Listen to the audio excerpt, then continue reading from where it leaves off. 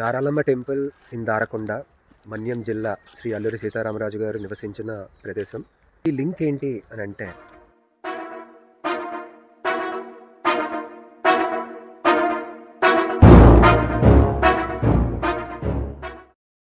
So లొకేషన్కి వెళ్ళాలంటే గాజువాక, అనకాపల్లి, నర్సీపట్నం, చింతపల్లి, సీలేరు, దారకొండ రూట్కి రావాలి.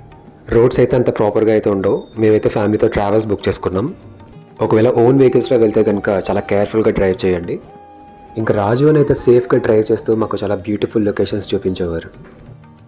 అల్లూరి సీతారామరాజు గారు బ్రిటిష్ వాళ్ళతో పోరాడుతున్న టైంలో పొదల్లో నుంచి వెళ్తున్నప్పుడు అమ్మవారి విగ్రహం కనిపించింది. ఆయన రోజు అమ్మవారిని దర్శించుకునే వెళ్ళేవారు.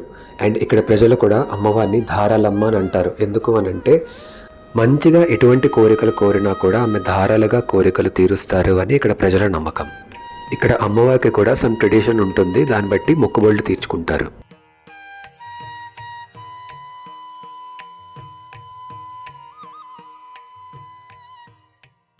ఇక్కడ మనకి కావాల్సిన సాంబార్లన్నీ తెచ్చుకొని మనమే కుక్ చేసుకోవాలి. అలాగే రూమ్స్ బుక్ చేసుకోవడానికి కూడా పర్ డే 400 రూపీస్ తీసుకుంటారు. అండ్ ఆధార్ తప్పనిసరిగా ఉంది. 1983లో నందమూరి తారక రామారావు గారు కూడా ఇక్కడ టీడీపీ స్టార్ట్ చేసే ముందు దర్శించుకొని వెళ్ళారు. అండ్ బాలకృష్ణ గారు కూడా ఇక్కడ 2 రూమ్స్ కట్టారు ప్రజల కోసం.